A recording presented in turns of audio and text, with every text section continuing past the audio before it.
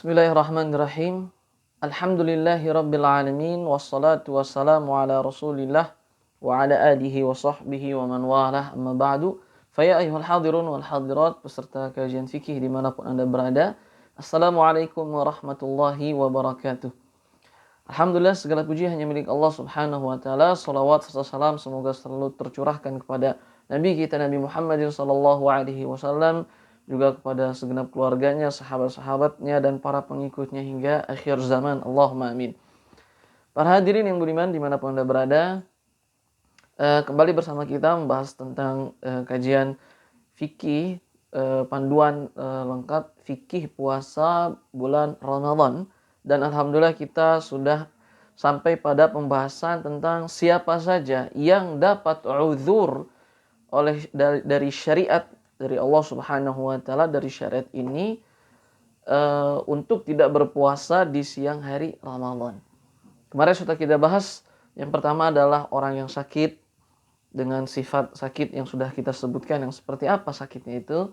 Kemudian yang kedua, orang yang sedang safar atau musafir, sedang melakukan perjalanan jauh.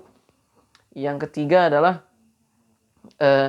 seorang ibu yang menyusui atau yang sedang mengandung gitu ya, karena khawatir akan mudarat pada dirinya atau pada janin atau bayinya. Maka tiga golongan tersebut diperbolehkan untuk tidak berpuasa di siang hari Ramadan dengan membayar qadha di bulan lain selain bulan Ramadan. Adapun yang keempat adalah, kita lihat, puasa bagi orang yang sudah tua dan tidak kuat berpuasa, juga orang sakit yang tidak bisa sembuh. Nah, jadi ini ada orang tua yang tidak sanggup berpuasa dan ada orang yang sakit yang tidak bisa sembuh. Nah, ini bagaimana hukum mereka berpuasa di siang hari Ramadan? Pertama, berbuka puasa bagi keduanya, bagi kakek tua yang tidak mampu untuk berpuasa. Ini tiga golongan. Orang yang sudah tua dan tidak kuat berpuasa, juga orang sakit yang tidak sembuh, yang tidak bisa sembuh. Dua golongan ya, orang yang sudah tua dan tidak kuat untuk berpuasa. Karena ada orang tua yang kuat untuk berpuasa, dan ini ada orang yang sakit tidak bisa sembuh gitu. Kayaknya sembuhnya tuh mustahil atau entah kapan akan sembuhnya. Maka bagaimana dua golongan ini? Pertama, berbuka puasa bagi keduanya adalah boleh dikarenakan ada nasnya atau dalilnya dan ada kesepakatan dari ulama kaum muslimin.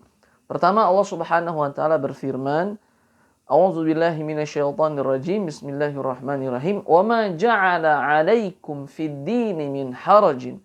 Artinya adalah tidaklah Allah membuat agama ini sulit bagi kalian. Quran surat Al-Hajj ayat 78. Sehingga artinya adalah bahwasanya agama ini Allah buat untuk umatnya yang terakhir, kaum muslimin, umat Nabi Muhammad SAW, tidaklah sulit untuk kita.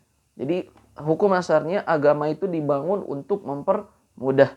Nah, berkata Imam Ibnu Rushd, adapun orang yang sudah tua yang tidak mampu berpuasa, maka para ulama kaum muslimin telah sepakat bahwa boleh baginya untuk tidak berpuasa. Berkata Imam Asy-Syafi'i rahimahullahu taala, orang yang sudah tua yang tidak mampu berpuasa, yaitu jika ia berpuasa maka akan mendapat kesulitan yang sangat sulit. Juga bagi orang yang sakit yang kemungkinan tidak akan sembuh, maka bagi mereka berdua tidak wajib berpuasa tanpa ada perbedaan antar ulama kaum muslimin. Jadi boleh bagi mereka, orang yang sudah kakek tua tidak sanggup berpuasa dan orang yang sedang sakit yang kemungkinan sakitnya itu entah kapan sembuhnya atau mustahil akan sembuh, maka bagi mereka ini diperbolehkan untuk tidak berpuasa. Nah, pembahasan yang kedua, dengan apa mereka berdua mengganti puasa Ramadannya kalau begitu? Jawabannya adalah para ulama berbeda pendapat dalam masalah ini.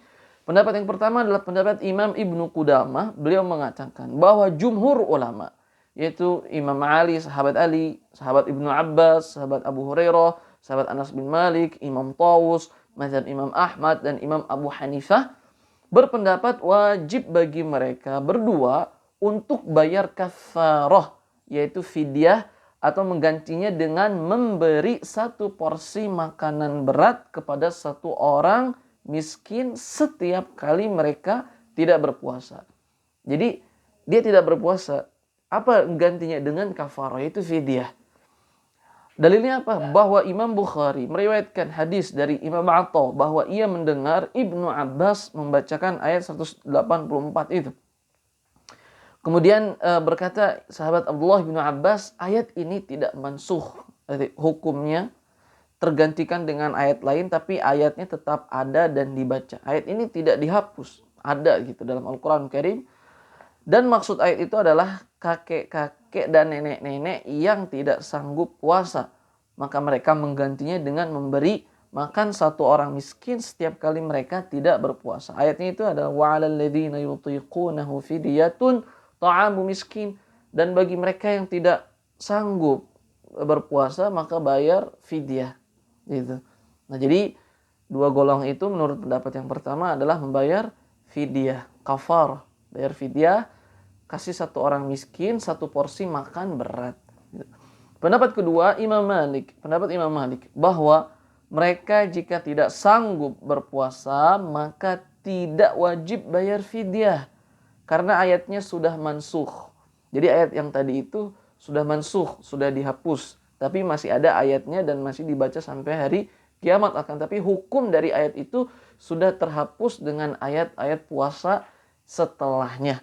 Nah, jadi perbedaan pendapat ulama itu berdasarkan bagi mereka yang mengatakan ayat itu sudah dihapus, hukumannya diganti dengan ayat yang setelahnya itu, maka artinya dia bayar kafar. Bagi yang bayar kafar. Bagi yang mengatakan ayat ini sudah mansuh, sudah dihapus dengan ayat yang lain, maka tidak ada bayar kafar gitu. Nah, penulis berpendapat bahwa mereka tidak berpuasa boleh dan menggantinya dengan fidyah. Tapi jika tidak mampu juga bayar fidyah, maka tidak apa-apa, mereka tidak bayar fidyah. Jadi kakek tua yang tidak mampu berpuasa boleh tidak berpuasa. Orang yang sakit yang sembuhnya kemungkinan mustahilah kayaknya untuk bisa sembuh, maka boleh juga baginya tidak berpuasa. Maka hukum asalnya gantinya dengan apa? Dengan bayar fidyah dulu jika mampu. Satu orang miskin dikasih satu porsi makanan berat.